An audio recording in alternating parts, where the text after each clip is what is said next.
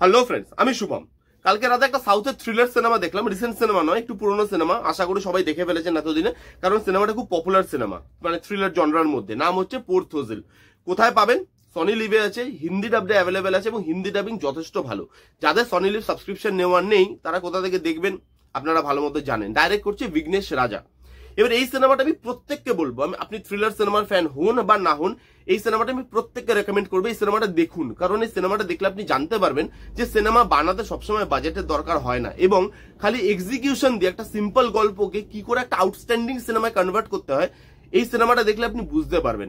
এবারে পজিটিভ দিক নেগেটিভ দিকে আসছি, তার আগের গল্পটা আপনাদেরকে বলে দিই। খুব সিম্পল একটা গল্প। একটা জায়গায় কিছু মেয়ের খুন হচ্ছে, পার্টিকুলারলি মেয়েদেরই খুন হচ্ছে, এবং সেটা একটা সিরিয়াল কিলার প্যাটার্নে। দুটো পুলিশ অফিসার আসছে কেসটাকে ইনভেস্টিগেট করতে। দুজন মিলে কিভাবে কেসটাকে সলভ করে, শেষ অব্দি খুনিকে ধরতে পারে না এই নিয়ে 2.5 ঘন্টা সিনেমা।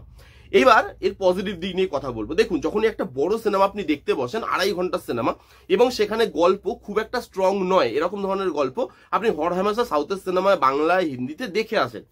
তো এই ধরনের সিনেমায় আপনাকে বেঁধে রাখবে কি? বেঁধে রাখার যন্ত্রটা হচ্ছে এক্সিকিউশন।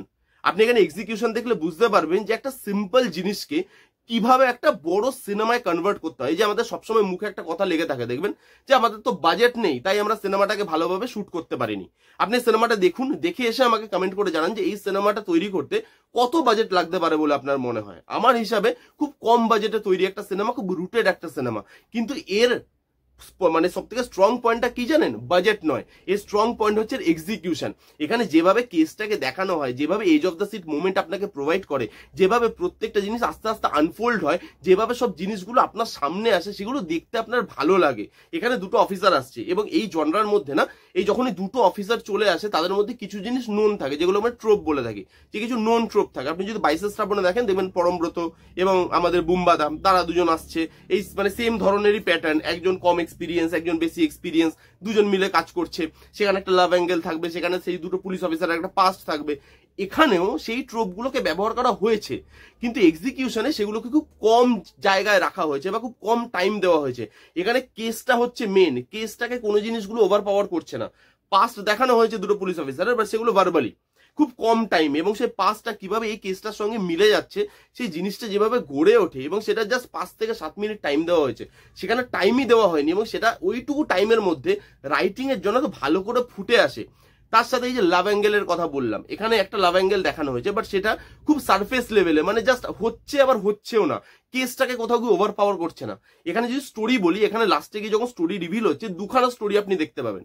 স্টোরিটা দেখার পর আপনার মনে হবে এটা তো নর্মাল স্টোরি, কিন্তু 2.5 ঘন্টা কেটে গেছে, তখন আপনি বুঝতে পারছেন যে 2.5 ঘন্টা এই নর্মাল স্টোরি দেখেও ফেললাম, ফিলও হলো না। এখানে যে দুটো স্টোরি, একটা স্টোরি তো আপনি বুঝতেই পারবেন যে হ্যাঁ হরহামেশাই আপনি এরকম সাউথের সিনেমায় দেখে থাকেন। আরেকটা স্টোরি যখন দেখবেন আপনার মনে হবে পপুলার কোনো হিন্দি সিনেমা, নামটা আমি বলছি না, আপনারা কমেন্ট করে জানাবেন, পপুলার একটা হিন্দি সিনেমার থেকে গল্পটা নিয়ে চলে আসা হয়েছে। এবার এই যে দুটো গল্প, এই দুটো গল্পকে এত ভালো এক্সিকিউট করেছে, edge of the seat moment provide করেছে প্রত্যেকটা জায়গায়, থ্রিলার পোর্শনগুলো, টেনশনের মোমেন্ট, যে এর পর কি হবে, এই ধরতে পারলো না, ক্যাট অ্যান্ড মাউস চেজ, এই জিনিসগুলো এত ভালোভাবে রাখা, ওয়েল এক্সিকিউটেড বা জাস্ট আউটস্ট্যান্ডিং।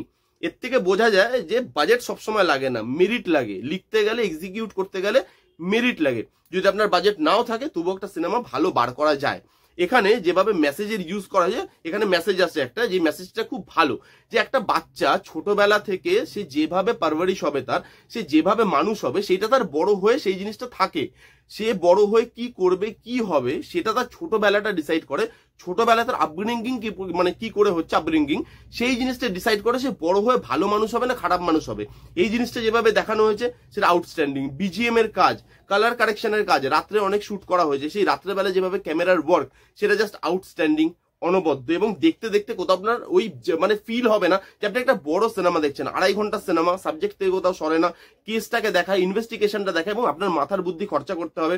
লাস্টে গিয়ে শক ভ্যালু যে খুব প্রোভাইড করবে তা আমি বলতে পারবো না, আমাকে লাস্টে গিয়ে খুব একটা শক প্রোভাইড করেনি, কিন্তু ওই যে জার্নিটা, আমি 2.5 ঘন্টা দেখছি, ফিল হচ্ছে না, লাস্ট অব্দি আমাকে ধরে রাখছে, এই জিনিসটা ভাই আউটস্ট্যান্ডিং লেগেছে। সত্যি কথা বলছি, খুব ভালো। তার সঙ্গে পারফরমেন্সেস, এখানে যে দুটো পুলিশ অফিসার, যে মানে একটা মেয়েও আছে এই মানে টিমটার মধ্যে, এখানে সবাই যেভাবে পারফর্ম করেছে, টিম হয়ে পারফর্ম করেছে, কাউকে দেখে লাগছে না পারফর্ম করেছে, এবং ভালো লেগেছে পারফরমেন্স গুলো।